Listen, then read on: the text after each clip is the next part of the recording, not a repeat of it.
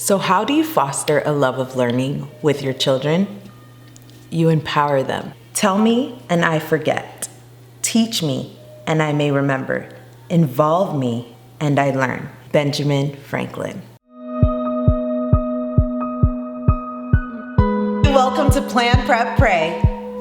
Hey girlie, my name is Wendy and I am a homeschooling mom of 4 little ones, and on this channel I talk about all things kids empowerment, homeschooling, mommy self-care, and home management. So subscribe, hit the notification bell so you don't miss a thing. So this is a collaboration with my friend Tori, and I just love all things her, okay? I mean, she is real.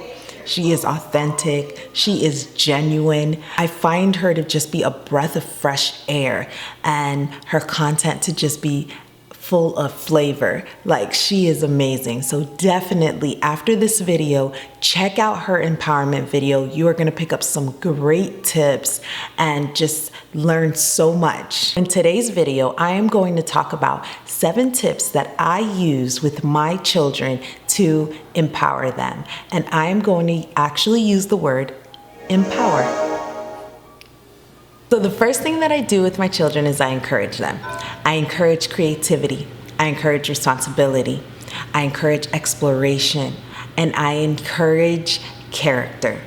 So when it comes to character, I speak life into the character traits that I see them displaying. Whether it's hardworking, perseverance, diligence, I speak it and I let them know when I see them demonstrating those things. When it comes to exploration, children learn through exploration. So I provide them with environments in which they can explore and learn more. When it comes to creativity, I encourage them to think outside of the box. When it comes to responsibility, they have tasks and they have chores and they have family contributions that they need to complete on a daily basis. Make learning fun.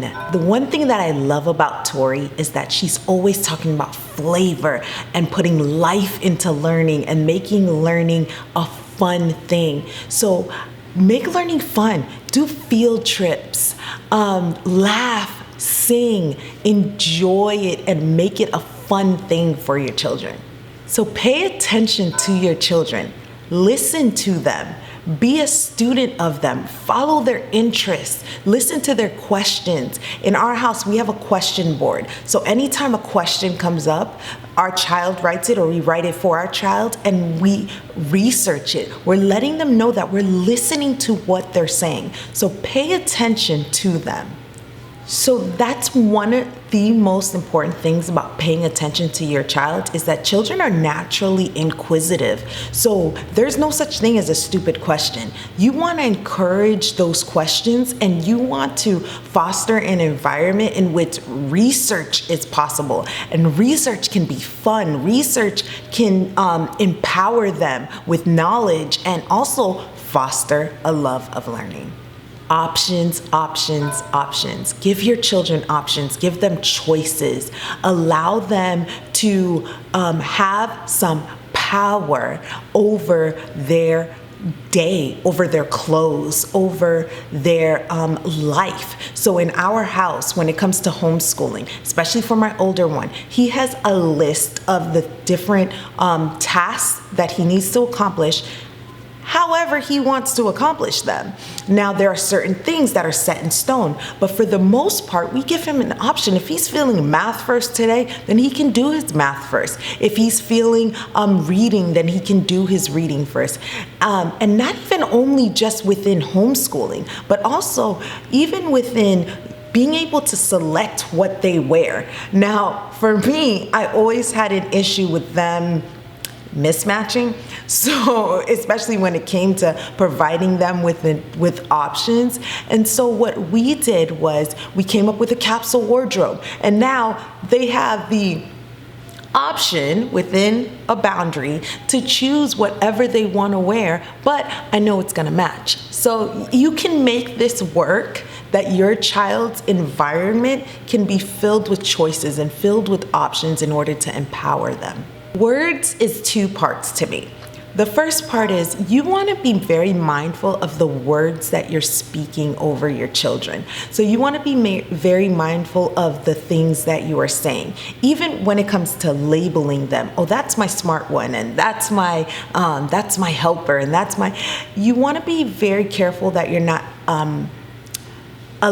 placing more pressure on them with your words, and you want to make sure that you're constantly speaking life into them, that with your words you are empowering them and you are letting them know who they really are. So for example, you are, back to the character traits, you are hardworking, you are diligent. So you want to be very mindful of your words. But the second part of words comes to play when it comes to reading. You want to make sure that you read to your children. Reading books aloud to children stimulates their imagination and expands their understanding of the world. It helps them develop language and listening skills and prepares them to understand the written word. So it is so important to read to them, and you can empower their reading by listening to their interests. So, for example, when it came to reading, my first child was a very reluctant reader. How now I can't get him to stop reading. The way that we empowered him with reading is we capitalized on the books that he wanted to read. So he wanted to read comic books.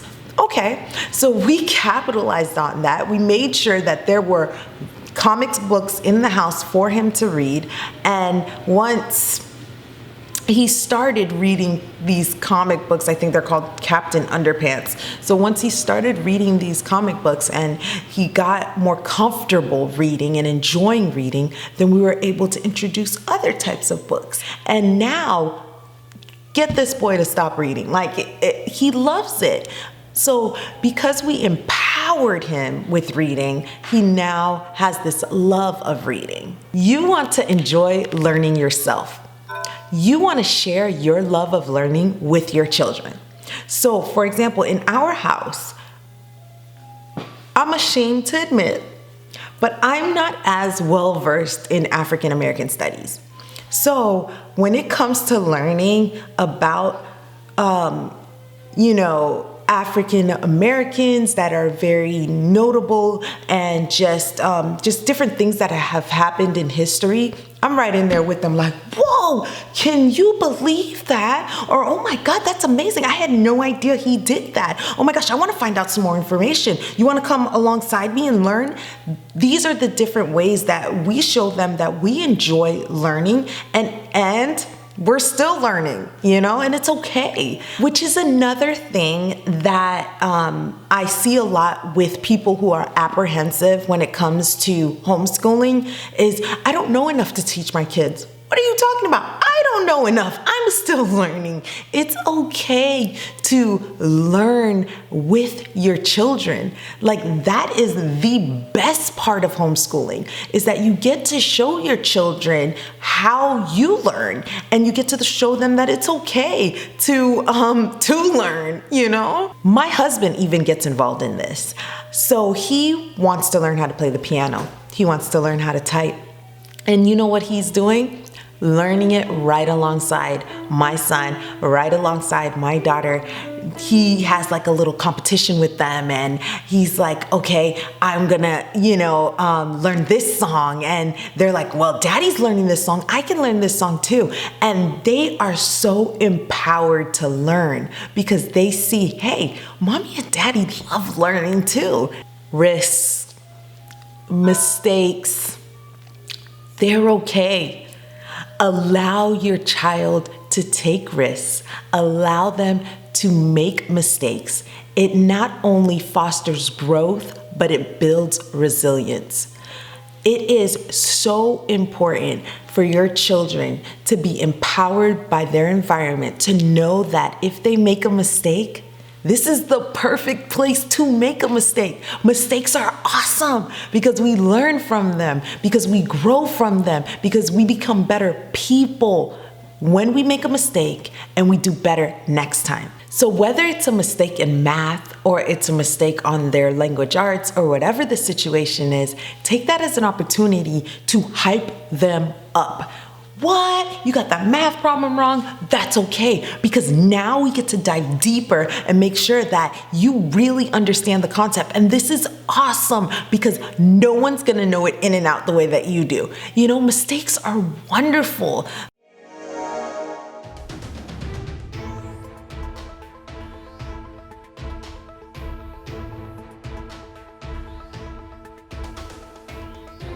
So, question of the day.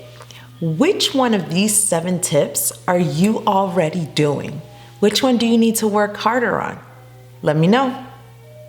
Subscribe, hit the notification bell. Don't forget to go watch Tori's video and get some more empowerment tips. I'll see you next time. Bye. It's a mistake just on how you are speaking with, no, I'm not gonna say that. That's not true. That's not a mistake. That's being rude.